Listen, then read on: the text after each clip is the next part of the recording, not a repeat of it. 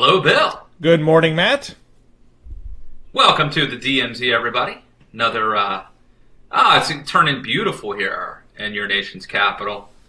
I was just telling Bill off air, but I won't mention any names here, but I spoke to a reporter this week from a very highly respected media outlet, and he doesn't know me from CNN, doesn't know me from my book, doesn't know me from the Daily Caller or Roll Call. It's the DMZ. That's a big fan of the DMZ show, and I hear that Bill. That's why we can never quit doing this, because there's demand out there from the opinion leaders and public intellectuals for this show. And he podcasts us. I don't think I know you plug it, but it's possible that most of our audience is a podcast audience, even though we were pre-podcast, but now we're in the midst of a podcast revolution, and we're riding that wave. Yeah, and honestly, I would recommend just podcast. You don't need to see us. Nothing good can come from this. I mean, we're just sitting here. The lighting probably isn't great. I mean, just, Bill's multitasking, checking email, booking reservations. For those of you who do podcasts, and you're saying to yourself, what do these guys look like? I want to get the little eye candy here. You just go over to bloggingheads.tv and check out the goods. No, I would just stick to the. Well, anyway, click the ads if you do come by. It is great to know that people love this show, and that's encouraging. And it's I have to say it's a high caliber audience that we have cultivated here.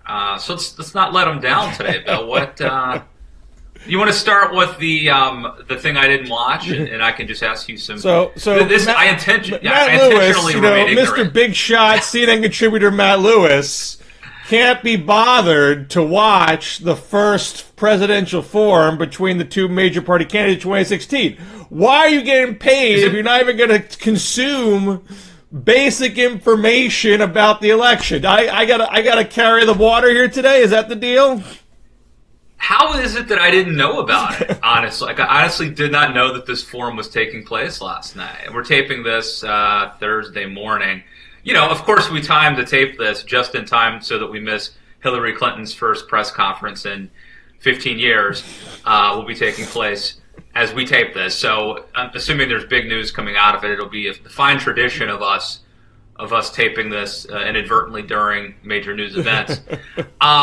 So that we can't talk about them for a week. I didn't know this forum. I mean, I remember hearing about it a couple weeks ago when it got booked, but I honestly didn't hear. I didn't hear about it yesterday at all, so I missed it. Yeah, I don't think NBC and MSNBC, did a fantastic job of promotion, and it may be that because it's on one network that the other networks weren't talking about it that much, and that also might have dampened how much people were paying attention to it. But it still was the potential to shake up the race in some way. The first time they're back to back. They're dealing with questions in a town hall setting from veterans. It was co-sponsored by the Iraq and Afghanistan Veterans Association. But so much of the attention has been on. I like my forum sponsored by World War II veterans. Right. That's Trump didn't say that. I assume. I'm just guessing what Trump might have said. He was, the Trump's touchiest moment, I think, was when a veteran mentioned that there are 20 veterans that commit suicide every day, and Trump corrected her and said, actually, it's 22, and Trump is wrong. It is 20, and the woman who asked it was kind of very subtly shaking her head like, I know what I'm talking about, guy. But be that as it may, that wasn't the only case. That's weird. I wonder where that came. I wonder why he did that. I think there was. Right, I think 22 was an outdated number. Okay. And so it's not crazy that he would think it was 22. but it was that kind of general condescending, I'm Donald Trump and I have the biggest brain and I know everything. And that's me. not true. Trust me. But I feel most of the commentary that I'm seeing after the event is not about Hillary on the defense about the emails, not about Donald Trump praising Putin and throwing his intelligence briefers under the bus, but it's about Matt Lauer's moderation and how certainly the take on the left, and I also from a number of reporters that I've seen on Twitter, though obviously some people are going to say that's one and the same, is criticizing Matt Lauer's seeming lean against Hillary, interrupting her multiple times, spending nearly half of the time, a lot of time on the email question, and not really breaking new ground on the email question, asking questions that have already been put to her and hearing the same answers that she has given. Whereas with Trump, it was more conversational, maybe even a little chummy. I mean, not that Lauer didn't ask him any negative questions, he did, but Trump said a number of things that were factually untrue or just extraordinarily eyebrow-raising. For example, saying Putin is popular because his approval rating is 82%, which is somewhat devoid of the context of him being a totalitarian leader that controls all the media in the country. That just kind of goes by unchecked. But right off the bat, he says that he opposed the Iraq War from the get-go, and that's been definitively proven not to be true. And Lauer doesn't even mention that is a factual inaccuracy. So this raises all sorts of questions, not just about Lauer personally, but how are these debates going to go? Chris Wallace, who's one of the debate moderators, said on the record he doesn't think it's his job to fact check. Now, a debate has the two candidates next to each other, and they can go fact check each other. But should a journalist play the minimum journalistic role in saying, hey, people, this is not a gray area here. This is just a factual, untrue statement that was just aired. Now you may please proceed. While also saying that's not his function. So does that give Trump leeway, someone who has been fact-checked up and down, and it is seemingly impossible to corral? Are you giving him a free pass to say whatever in the debate and making it a he said, she said, and not a question of truth or falsity? Well, and one of the things I would really recommend, and now obviously the people who are going to be moderating the debates are having they're going to have plenty of time to prep, and these are professionals. But so were the people who moderated the primary debates. And there was the one, I forget who it was, but somebody challenged Trump. He was wrong. He said something that was false. He was challenged by the moderator. It was a female moderator. And then he was like, you need to check your facts. Okay? He didn't say you're wrong, but he's like, you need to check your facts. And then she sort of backed down. Because I think there is this sort of green lighting or whatever that goes on. Like, well, maybe, I mean, if you're an introspective, humble person, you always accept the possibility that you may be mistaken. And when he is saying, just check your facts. So she backed down, I think, later in the show after there was a commercial break, and then she came back. But then it's sort of too late. The damage is done. Trump got away with it, I think, in the public mind. And so not only do you need to be able to challenge him, but then you need to have to stick by it.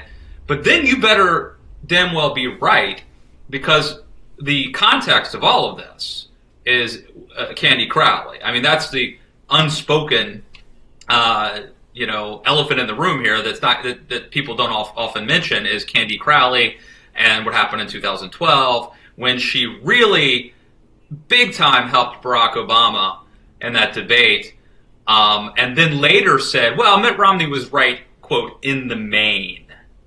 Doesn't matter what you say after the debate. It's when you intervene. So this is a real balancing act and a huge judgment call. The consequences, the stakes are big here. Well, and I think that Wallace is speaking to the reporter's desire to not be part of the story. And when you are a moderator in a massively watched debate, anything you say that sort of deviates from what's expected or what has preceded you potentially puts you in the story, as it was the case with Candy Crowley. But that there's a tension there between not wanting to be part of the story and doing your job of trying to ferret out truth from your subjects. I'm not one to criticize Candy Crowley. I think there are a lot of people out there, obviously people who are more partial to Obama, who say, thank God someone finally called out manifest BS on air in real time. That's what we want to see reporters do more of, not less of. I don't think it's clear-cut what the role should be. I mean, I think you could make a good argument that moderators don't even need to be there. You should have two candidates hashing it out. There's an argument that they're there to play referee, but when that's the case, in the NFL, they always say, the best.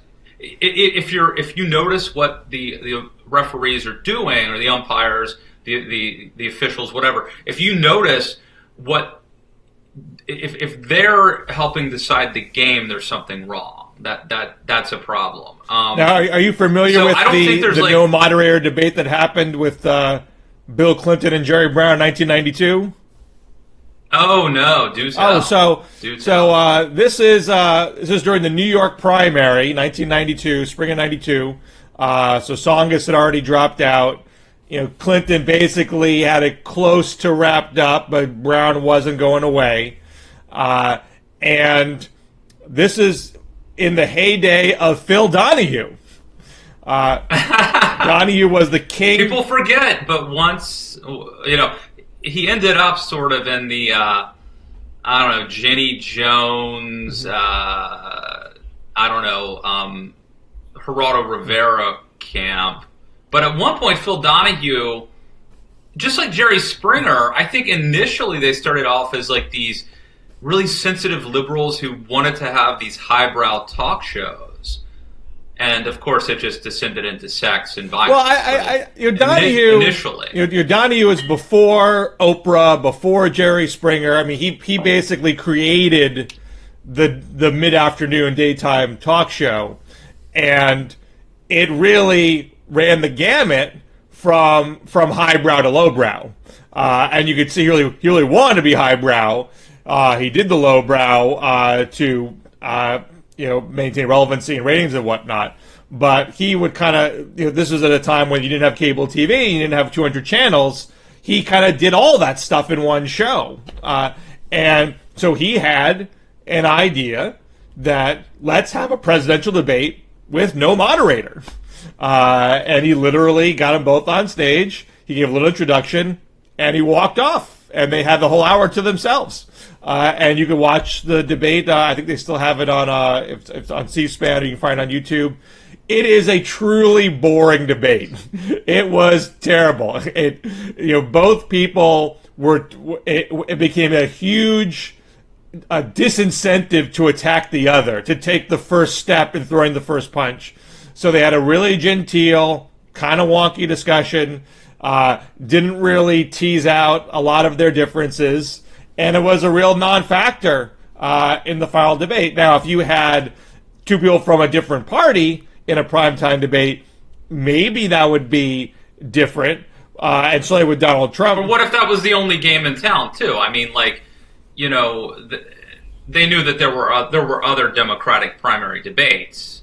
So, if you knew that there were going to be three debates, and all three of the debates, there were going to be no moderators. And if you were down by 5 points, you would have to go on the attack. So the incentives would change. I mean, I'm sure if you ran 10 no moderator debates, eventually someone's going to throw a punch. But It's certainly, without a referee, you just don't know where that altercation's going to go. Is it ever going to stop? Are you just going to be stuck? But you're suggesting that the role of the moderator is to be to provoke fights, not to referee, but to provoke and instigate fights. And I actually think that's one of the arguments. I'm sure this happens on the left too, but I could just, speaking for conservatives here, I think that's one of the things that they dislike about the media and about debate moderators, is that they're intentionally being provocative and trying to pick fights. And in a primary, sometimes that's seen as, beyond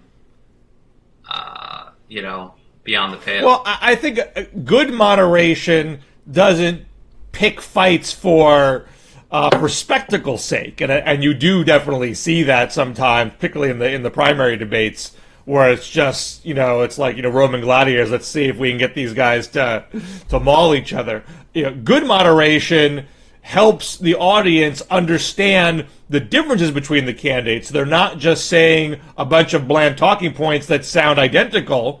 They force the candidates to confront the aspects of their platforms that differentiate them, which certainly can lead to fights. But if it's a fight over the substance, that's a good thing, not a bad thing, because it's crystallizing what their differences are. And you're not going to have that done in any kind of deliberate, organized way without a moderator, without someone guiding the process. Now, I actually would prefer that we revert to the debates of old where you had a panel and not a single moderator. I think a single moderator puts too much of a spotlight on that individual. It actually makes it hard for that person to do sustained follow-ups because that person can be so easily charged with being biased. If you have a panel of four, they can tag team and make sure everybody, the pain is spread amongst everybody in the room. Yeah. Well, some of the primary debates had panels, but they don't feel like the old-fashioned panels. I mean, the old-fashioned panels seemed to me to be more like, reporters with ink-stained hands who were assembled and who were, very distinguished and august, and the panels now are like 3 Fox News hosts, or something like that. You know what I'm saying? Well, it's all TV panels hosts in the primary. Whether it's the primary, the primary debates might have 3 TV hosts and 1 local print reporter, and all the general election ones. It's all TV hosts. You go back to the older presidential debates. You had a lot of print journalists. You would have some TV, but you expected people who were actually steeped in the race asking the questions, and it's not just a strictly made-for-TV event. Right. So I would go back to that if I was on the commission, but I think there's definitely a deliberate push towards low wattage moderation, very simple, basic questions, not a lot of fireworks, and to avoid the debates seeming as if they're excessively controversial. Although having said that, I'm actually quite surprised Chris Wallace is a moderator of one of these debates, not just these from Fox, but he is a real nasty questioner, and I say that with respect. I often think. Well, his dad was Mike Wallace. Right. And I think that another nasty questioner who would just drop in on a CEO, right, with the cameras rolling and the ambush interview. Right. So. I'm not going to say I like every Chris Wallace question. I certainly think there are interviews he's done with Democrats where I think the premise of his question is very slanted. But there is a tradition of journalists who say, look, it's not my job to give you a fair question. It's my job to give you a hard question, and if you have to correct the premise, that's your job, not my job. Right. But I think that's fair. But then just to circle back to where we started. So there's one argument that says you don't need moderators. There's another argument that says they just shouldn't be fact-checking. And I think that there is an argument to that. I mean, if a candidate fudges or spins or lies, Number one, the other debate participant, it's not a forum or a panel. I mean, they can point that out later. And number two, the audience, we might assume that the audience could see through this and punish the person engaging in the prevarication for doing so. So there's I don't think it's clear. I don't think there's any like ethical rule or like rule of thumb for what a good debate moderator should do. Well, in defense of that point, I do think, to fact check in real time is hard always. You have to think on your feet. And it is probably impossible to do it to perfection. You might try to fact check everything, but if one gets past you and you've set the bar to, I'm going to fact check everybody, and you miss one, now you're the jerk that missed one, and did you miss it deliberately or just because you were incompetent? Right. So it just puts you in a very difficult position. But on the other side of that argument, you are paid millions of dollars to be a television anchor. It's your job to do that job well. Otherwise, people should be paying you that much money. But is it your job to fact check? See, I don't think that's, even if you have the bandwidth to do it and the knowledge to do it, I'm not sure that you should. Like, I just don't know that. I just don't think that's a settled question. So, to shift gears a little bit, there is... So we'll leave that out there for you guys in the comments to weigh in on. As is typical in the early weeks of September, we're getting the quadrennial push to get a third party in the debates. Gary Johnson, who is polling better than Jill Stein, has a lot of let Gary debate hashtags and polls being taken saying people want to have additional voices in the debate, all that kind of stuff. But number one, he's not going to be in the debate, and I'll tell you why. The commission picked 5 polling outfits to determine who reaches the 15% threshold. And they are obvious ones: ABC, CBS, NBC, CNN, Fox. All these outlets don't poll that often. They generally poll around once a month. So I would think we're going to get 5 of them polling, soon. Now, 2 of them have polled in the past week. We've had a CNN and a Fox in the past week. And NBC, ABC, CBS haven't polled since the end of the Democratic convention. So I would think they would be coming in pretty soon. The first debate's on the 26th of this month. The debate rules say that invites have to come out between after Labor Day and within a reasonable time before the first debate. So you would think in a week and a half maybe. So CNN and Fox have Gary Johnson at 7 and 9, so an average of 8. If Gary Johnson's going to have an average of 15 by mid-September, which is about in a week, he would have to hit over 18% in the next 3 polls, and I can safely guarantee you that is not going to happen.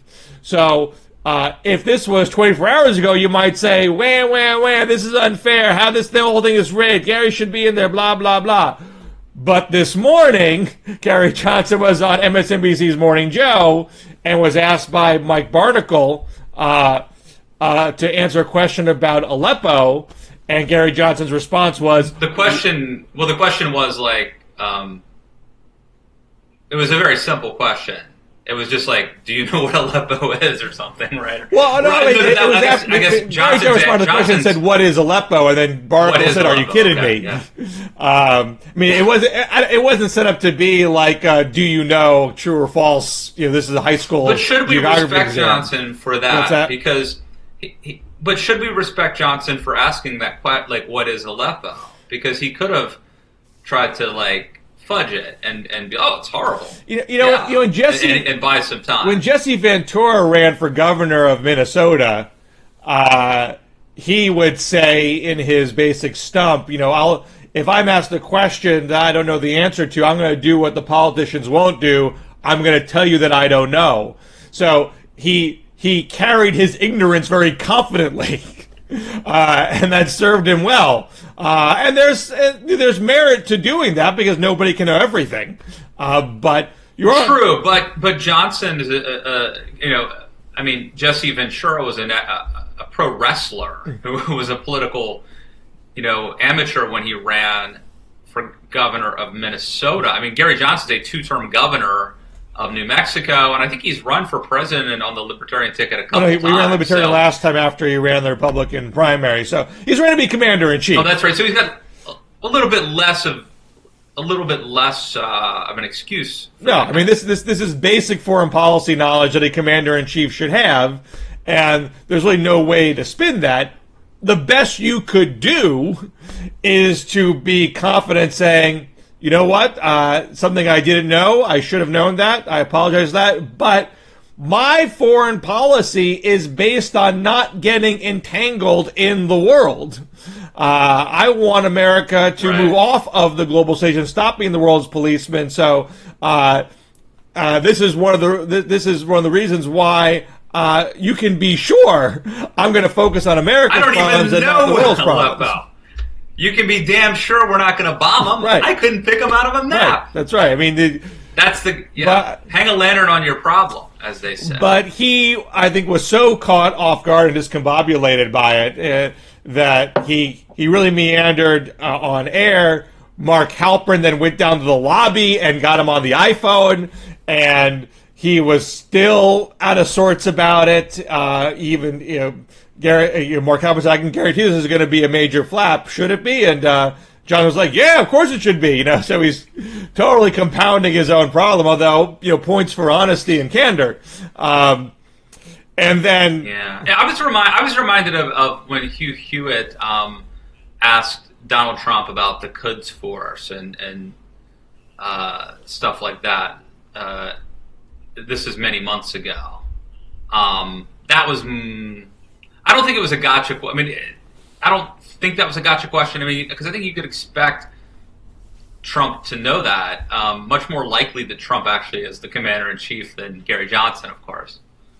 But so I think that Johnson's reveal here is going to dampen the push to get him into the debate. Not that it was going to work, but I think people are going to be like, okay, fine, this guy's not ready for prime time. Most people don't think Jill Stein is ready for prime time. I think this might be a pivot towards what usually happens in the fall, where the world turns its lonely eyes to McLovin. It's only a matter of time. I think people are going to start getting more serious about, okay, we're electing a commander-in-chief here, which arguably is not good for Donald Trump. We really only have one presidential candidate in this entire mix who has done the basic amount of preparation for this job, like her or don't like her. Although she doesn't know what a C means in a classified document. If you're going to hang your hat on that to say, therefore, she is not prepared for this job, I think that's a very thin read. I grant you that's a demerit, but how could a person who's the Secretary of State, who was First Lady for 2 terms, who was a U.S. Senator, be reading, sensitive documents and not be aware of the symbols that the State Department uses to notate what parts are classified or confidential? That seems problematic. If you want to line up the list of data points that speak to one's preparedness for the job, and have here are things that show preparedness, here are things that show a lack of preparedness, you would put that on the lack of preparedness list. I grant you that. But if you want to, that list for Hillary Clinton is not going to get very deep for Donald Trump or Gary Johnson or for Jill Stein or Evan McMillan. That list is going to be a lot longer. So, well, I think that just like what Gary Johnson should have said, is, look, I don't need to know where that is because we're going to stay the hell out of there. I think that Trump's argument really has to be that Hillary has a lot of experience of getting us involved in quagmires and in bad, foreign interventions. That's the classic outsider argument. That was the Ross Perot argument in '92. And if you want to run on, don't make this about experience, make this about judgment and vision, I mean, you're welcome to do that. I think that there is a basic threshold that the average voter expects a commander-in-chief to cross before getting their basic consideration for the job. And I think Gary Johnson flunked that test today. And I still think I would argue, based on the polling, that Donald Trump has been flunking that test. And I think it's going to be hard for him. And I don't, as much as Lauer let him skate yesterday, he said a number of things in that I don't think will serve him well in the final debates, where Hillary Clinton's going to be standing there prepared to call him out on that stuff. Well, as you know, I think Hillary will. I mean, the odds are that Hillary wins this election. Having said that, I mean, I do worry that the public doesn't care that much about things like experience and knowledge. I mean, it's in my book, and it's certainly true in the Republican primary, but I think it's true in the general electorate as well. Now, again, I think Hillary wins, but I don't think the public fully appreciates how dangerous the world is and how important experience and knowledge are. I fully agree. In a typical election, Obama versus Clinton, or Obama versus McCain is the classic example of this. I mean, Obama was the least experienced of those candidates. So experience by itself, vote for me because of my resume, generally is an election loser. People don't want to just line up resumes. They want to know your principles, your vision, your basic direction. Maybe if you believe personality and charisma, I'm less convinced of that. But I do think in general, Chris Dodd did not become president of the United States, even though he'd been in the Senate for the longest period of time in 2008. So that is not the criteria that most voters base on. But I do think there is a threshold question that if you can't, I mean, Obama was able to be back an experience argument because he could display knowledge of the world to show, hey, I done my homework here. You're not electing a moron to the presidency just because I haven't been around long enough. Doesn't mean I can't do the job. Here's proof I can do the job. Trump, on a regular basis, does not do that. Well, I think it's I think that this race is still winnable. Again, you got to bet on Hillary, but so what's your take on why the polls have been tightening? Well, I think that first of all, I think some of those polls are probably outliers. So I don't believe all the polls. I mean, I agree. I think the CNN poll shows Trump up by 2 is likely an outlier. But even outlier questions aside, there is a narrowing in the Real Clear Politics average. In the past couple weeks, I think it's fair to say there's tightening. Yeah, I think it's going to be a combination of factors. I mean, I think you're going to have more and more Republicans come home, and conservatives come home. I've always thought that would happen. I think that you're going to have, I think Kellyanne Conway is helping calm down Trump a little bit. I mean, he's still running a bad campaign, but I think it's a less bad campaign. And I just think Hillary's just not a great candidate, never has been, and the continuing story of the emails and the servers just doesn't go away, and is taking a toll. So I think it's going to get tighter, and I still think it is within the realm of possibility that Trump could win. It's going to be very hard, as you know, Bill. If you think about it in terms of an electoral map and what states Trump has, Republicans are, it's very hard for Republicans and as particularly for Trump to win, and maybe it means he has to win Pennsylvania, for example. But so, I think you still bet on Hillary, but I still think it's this game, and I'm not just saying that because I know our ratings here at the DMZ could decline precipitously if people catch wind that this is going to be a blowout election. So I'm not doing this just to keep it close for our ratings here, but this thing is still that's why they play the game. We got 4 debates if you count the vice presidential debate to go. So those are going to be very important, obviously. Well, I agree with you that I think there's some drip on the emails and the foundation towards the end of August that I do think hurt Hillary. But I think if you look at the polls in general, CNN notwithstanding, there was the Chuck Todd, MSNBC, said the sample of that poll was heavily non-college whites, more so than the 2012 electorate. If you recalibrate it to the 2012 electorate, you get Hillary 46, Trump 42, versus what they had was Trump, I think, 49, Hillary 48 in the two-way. And then people say, "Oh, you're doing the unskewing that all the Republicans did in 2012. That's not good journalism." I think it's different when you're talking about a single poll and pointing out a single specific attribute that you're saying there's some sort of mass polling conspiracy. We got to unskew them all. That's where I think you're being more detrimental. Now, maybe CNN's right about their sampling. Everyone else is wrong. I suppose it's possible, but at least Todd was explaining what the internals were. And I think it's plausible that more whites, or that whites turn out, working class whites turn out more than they did in 2012. I mean, Mitt Romney, was a Gordon Gekko, basically. I mean, paraphrasing Mike Huckabee, he doesn't remind you of your father, he reminds you of the guy who fired your father.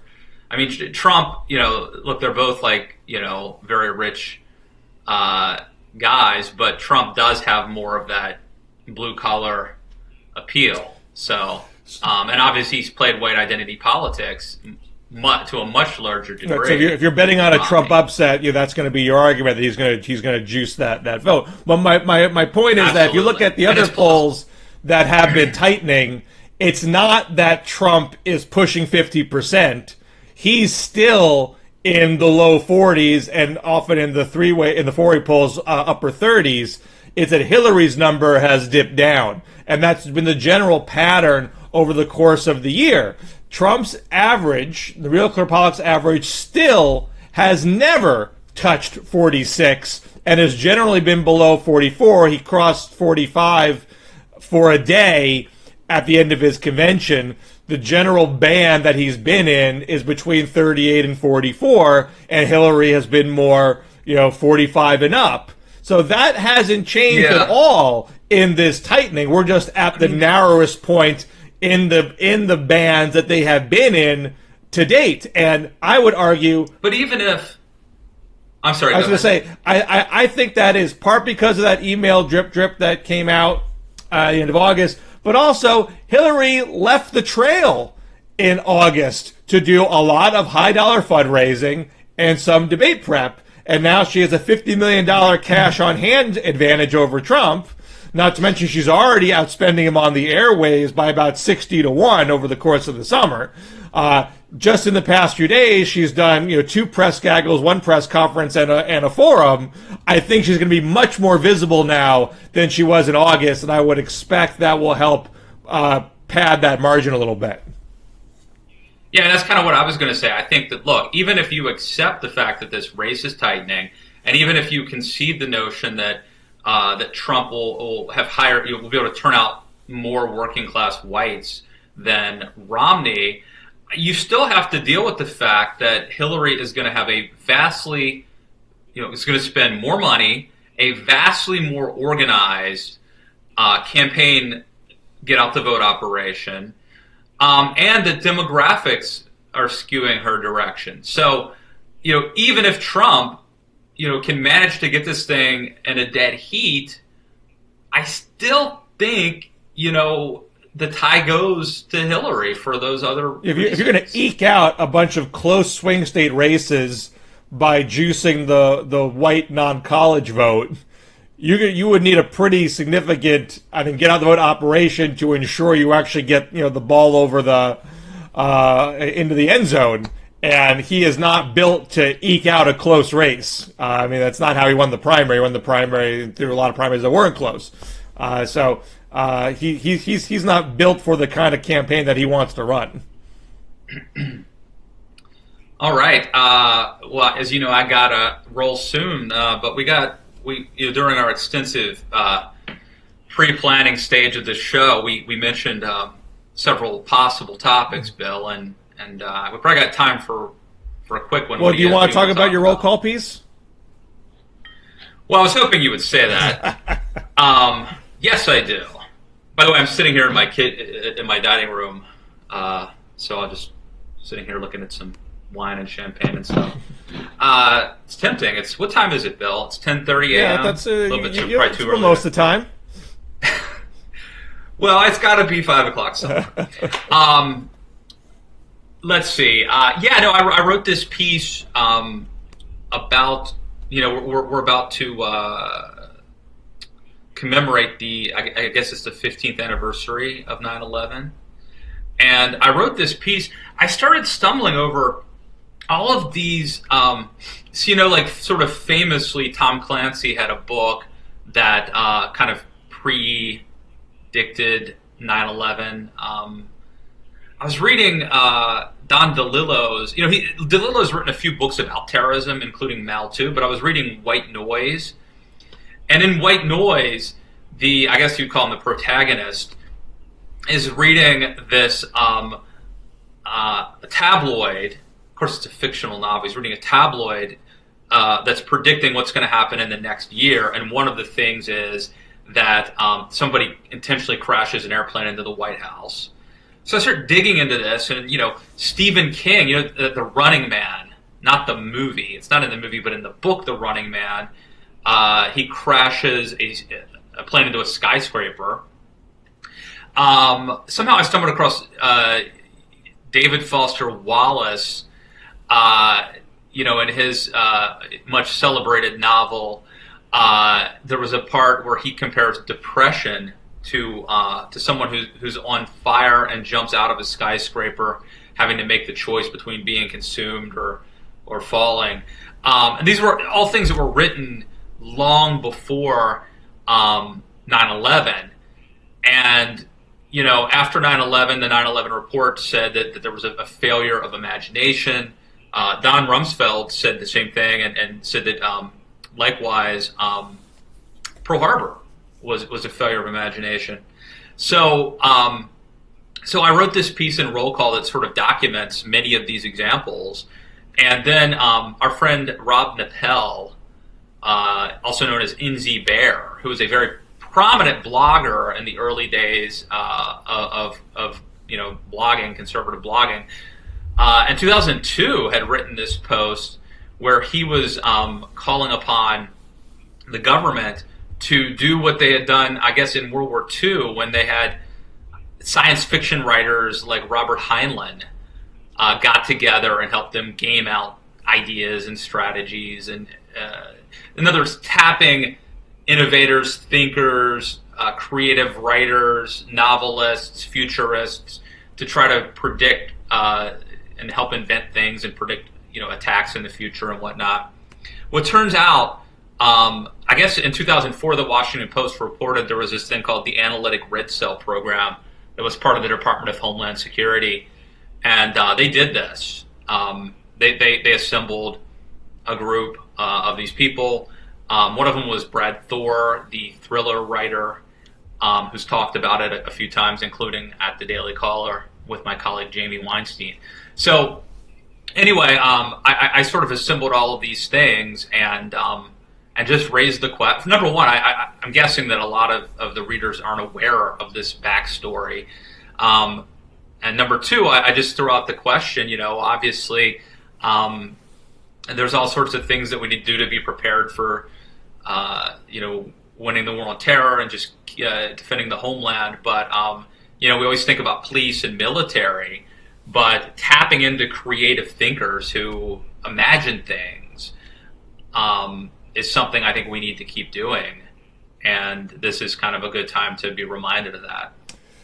Well, I mean, I agree that there's value in getting outside of your boxes and reaching out to people outside of your fields and expand your expand the parameters of the kind of advice that you get. I'm a little more skeptical that that's a silver bullet to solving every problem, and I wouldn't disregard the amount of creative thinking that goes on within government as it stands. I mean, let's not forget there were people inside the Bush administration telling Bush in the summer of 2001, "Hey, Bin Laden's coming to get us. Why don't you do something about it?" And Bush shrugged them off, accused them of just trying to cover their ass.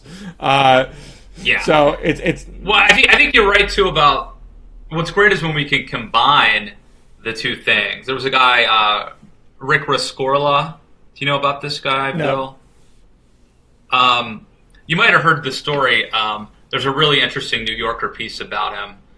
I think it's called it's something about our best heroes are dead. Something to that effect. But Rick Rescorla, I hope I'm pronouncing his name right. Really heroic guy. He was a former Army officer who was tapped with being in charge. This is in my roll call piece as well. He was tapped with being in charge of security for Morgan Stanley at the World Trade Center. And he assembled a team. He was actually a writer himself. He was working on a novel. And he assembled a team that included at least one writer that I know of. And they quickly determined that the World Trade Center was a soft target and would very likely be attacked.